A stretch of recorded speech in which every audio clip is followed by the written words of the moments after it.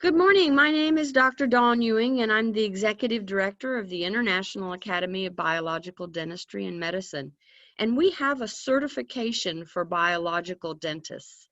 And this morning, I have Dr. Gashinsky, who has completed his certification for biological dentistry and is one of the few offices that also has a dental hygienist that is also certified as a biological dental hygienist. Dr. Gashinsky, thank you for meeting with me, first off. Thank you for having me here. You bet.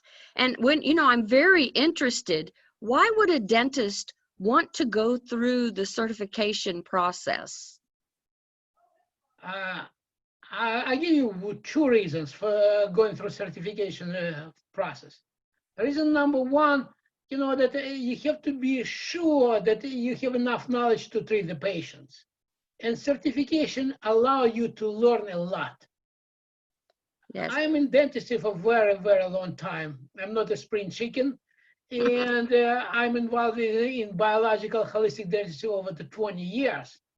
And at the same time, during the going through the certification process, I just learned a lot. I just refined my knowledge, and I really just readjusted some of my approaches. Yeah, see, for me as the executive director, of course, when patients call and they're looking for a dental office, we don't know every one of our members' offices. And it's very frustrating because people coming in and joining are at different levels in their learning curve.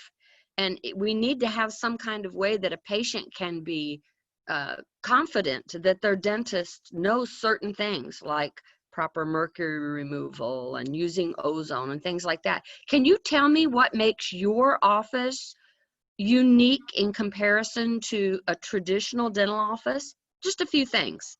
A few things, we're going to start with a regular cleaning. I'm going to talk to you on the level of the patient who might listen to this interview. That regular cleaning just start with just patient coming in, they take some x-rays and just cleaning their teeth, just measuring the gum in a very good offices. In reality is it's much more involved in our office. Patient coming in, and because of the COVID, the reason was supercharged ozonated water.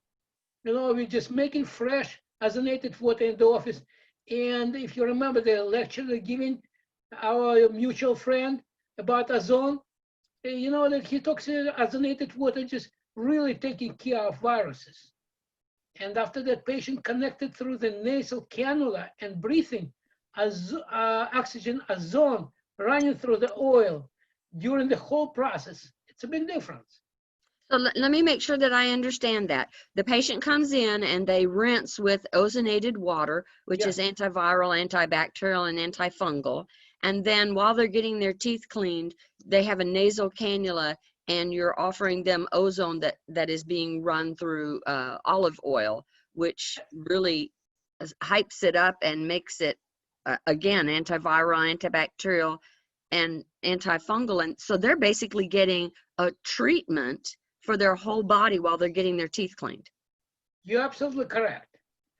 That's also, amazing. Every time the patient coming for the cleaning, every patient, we take a slide for his bacteria. Basically, we're going underneath of the gum gently. Patient does not feel any pain, any discomfort, and just get a little bit plaque and put it under the microscope. And we study this. And what we can find in the mouse, it's unbelievable. It might be basically friendly bacteria, it might be not very friendly bacteria, which we have to talk about with the patient and try to eliminate it. Yeah, so you're using the microscope to assist you in why a person may have inflamed gums instead of just fussing at them and shaking a finger that they're not doing their brushing and flossing correctly. You're absolutely correct. And this is a standard protocol in our office. Every patient for the clinic have this slide taken and evaluation done. Wow, that's amazing. That's definitely different than what you get at a doc in the box when you have insurance and you're just going in and getting your 25-minute cleaning and your x-rays. And of course, then they give fluoride. I'm sure your office doesn't use fluoride. We don't have fluoride, period. That anything that we use in the office even this restorative material, I will make sure that all material that has MSDA sheet, basically this is description what it is, no fluoride exists inside. So you have the material safety data sheets for every product. Obviously, you know, this is the rules, but the question is not to have this, it's question to review it. You have to Correct. review it, make sure that it's a proper material. Does not contain, you know, bisphosphonates, doesn't contain, you know, fluoride, doesn't contain a lot of things that it does not need to be done. It's amazing how many items in dentistry are actually toxic. And we don't even, you're right, nobody reviews, or few review the material safety data sheets. They just have them in their office because that is a requirement of OSHA. Yeah. And so how is mercury removal in your office different than a traditional office? We're doing a lot of protection for the patient. You know that we're doing the 2 levels of protection, just level that's going outside, mechanical protection, like a rubber dam for the patient explanation. It's like a little bit, you know, that piece of rubber just covering the mouth, that the patient not getting pieces of mercury, not inhale it. We have a so-called elephant. This is high-speed suction. We're using special suction on the top of the tooth that we just using for much higher evacuation of mercury vapor. Technique that doctors train for the removal of amalgam is absolutely different, because they need to be just removed in a certain way, like for example, cutting chunks and just removing pieces. It's a very, very thorough protocol. In addition, we put patient on supplementations. It depends on the level of health and amount of mercury removed. It's a different level of supplementations. Some of them are quite light. For example, it's a small, tiny filling, silver filling for very healthy person. We're doing all mechanical protection for everyone. But supplementation might be a little bit less. But somebody who is just not very healthy, sick, they require a lot of supplementation to protect them really during mercury removal protocol.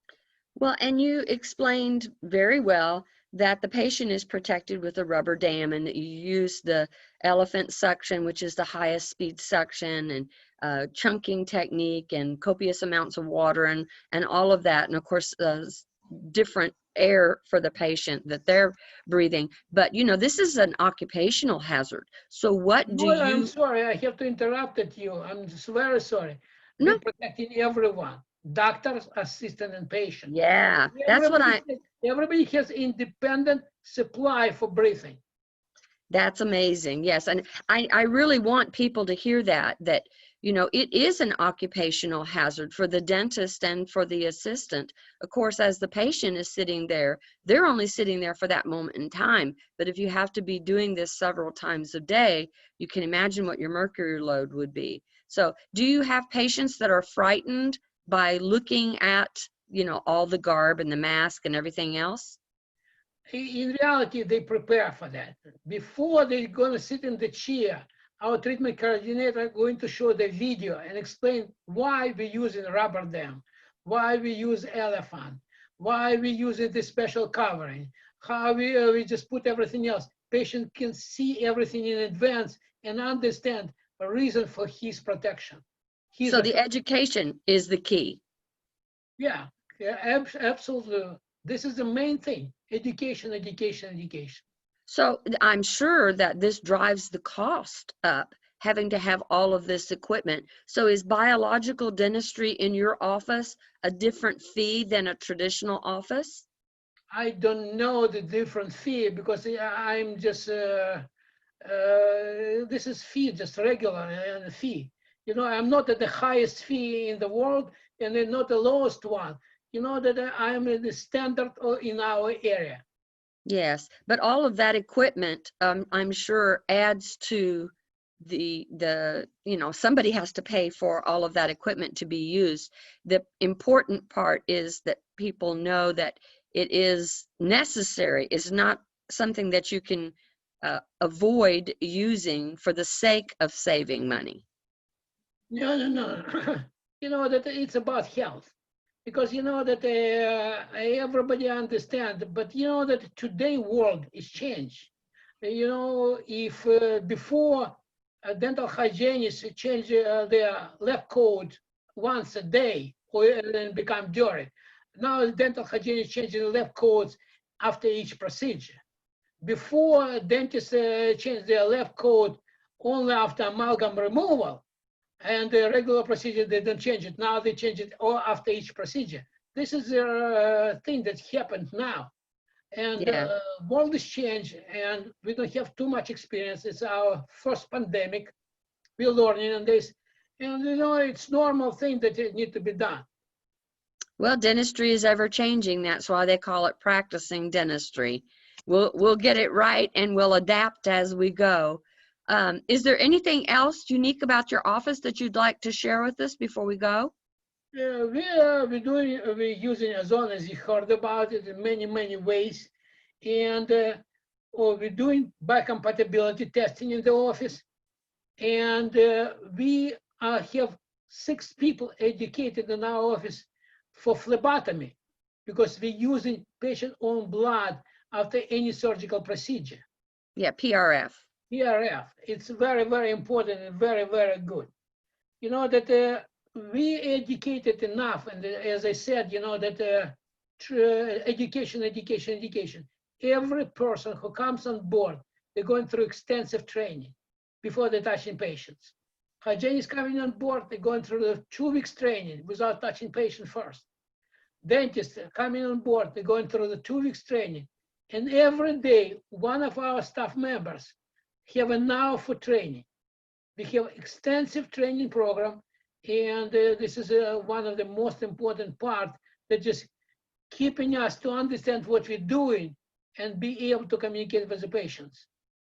That's amazing. So all of your staff is trained above the standard of care from someone just graduating from school. Then you introduce them to the biological world and keep them on the cutting edge. Yes, and it does not mean that they're coming from the school. They come from the different office. They might have a great 15 years of experience, but they don't know the difference in biological dentistry. This is the same dentistry, but it's a little bit different, you know, that like using a zone, you have to learn how to do it. Right. Okay? We just really education is a key. We have periodontist who does line-up procedure in our office. We have to really retrain periodontists to become more biologically open, you know, instead of antibiotics, you know, that are using the different protocol. Yeah. Well, I really want to thank you for your time and educating us today about what's different in a biological office and the importance of going through the certification process so that you can let the public know that you are an educated individual in the world of biological dentistry. And I hope to see you soon when we can start having meetings again. Thank you. Hope to see you soon too. Thank you. Have a good one. Bye-bye.